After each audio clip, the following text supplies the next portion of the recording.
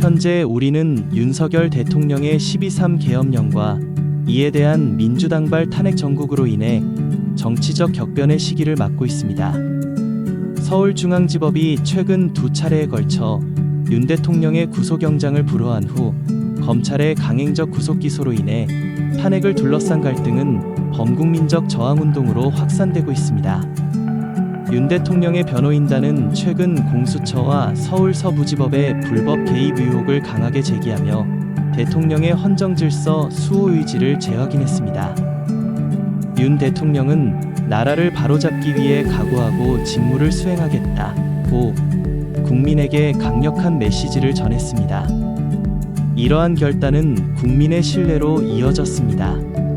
한때 10%대였던 윤 대통령의 지지율은 현재 55%로 급등했으며 정당 지지도 역시 국민의힘이 민주당을 앞서고 있습니다. 윤석열 대통령의 계엄령은 단순한 법적 조치가 아닌 계몽령으로 자리매김하며 국민적 각성을 불러일으키고 있습니다.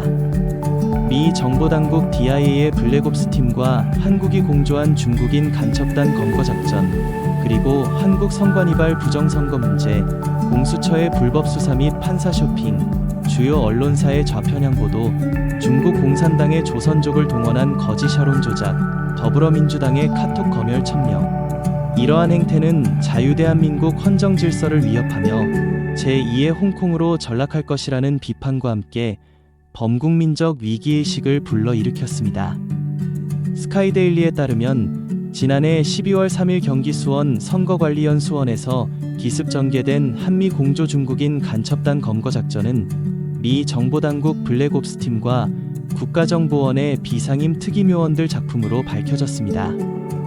이중언어 아시안계 요원들로 구성된 작전팀은 경찰 복장으로 계엄 시각 중국 간첩단이 은신해 있는 선관위 연수원 서쪽 외국인 공동주택에 들이닥쳐 이들을 모두 체포하였습니다.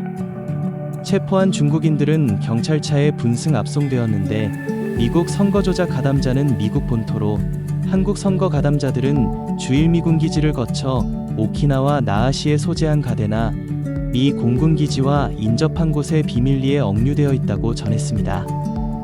미 정보당국은 이들을 체포하기 위해 한국 정보당국과 수년간 긴밀하게 공조해 정보 수집 및 추적을 벌여왔고, 중국 공산당 주도의 국제 부정선거 카르텔의 본거지가 한국 선관위의 외국인 공동주택임을 확인했습니다.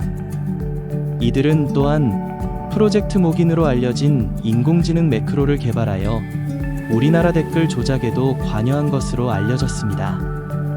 이들은 6개월을 주기로 업무에서 교체되면서 실업급여까지 챙긴 것으로 전해집니다. 중국 정부는 지금까지 공식 입장을 내놓지 않고 있습니다.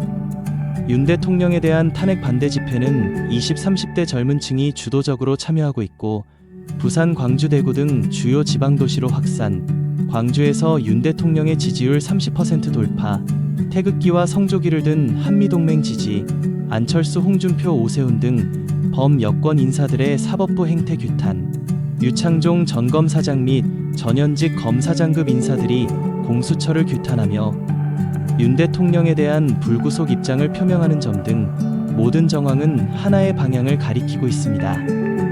시민들은 윤 대통령의 즉각 석방과 자유민주주의 수호를 외치며 민주당 해체와 이재명 구속을 강력히 요구하고 있습니다. 이제 법정에서의 신이념 전쟁이 시작될 것입니다. 헌법재판소의 탄핵 심판은 1, 2년간의 긴 싸움으로 이어질 수도 있으며, 이재명의 대장동, 백현동 사건은 수년간 교착 상태가 지속되고 있습니다. 현재 계엄 탄핵 국면은 범국민 계몽의 효과를 거두며 정세가 급변하면서 국민 대다수의 강력한 지지를 받고 있는 윤석열 대통령께서 사직생의 각오로 헌정질서 수호라는 대통령으로서의 책무를 수행하며 법원의 기각 전망이 우세하지만 설사 기각되지 않더라도 윤 대통령에 대한 최종 무죄 판결의 무게가 실리고 있습니다. 대통령 탄핵 정국은 자유민주주의 헌정질서를 지키려는 범국민적 저항으로 확산되는 가운데 윤석열 대통령의 구국의 결단과 국민의 의지가 어떻게 대한민국의 미래를 바꿀지 계몽되어 각성한 전 국민이 똘똘 뭉쳐 반드시 제2의 건국을 이루어낼 것을 확신합니다. Freedom is not free.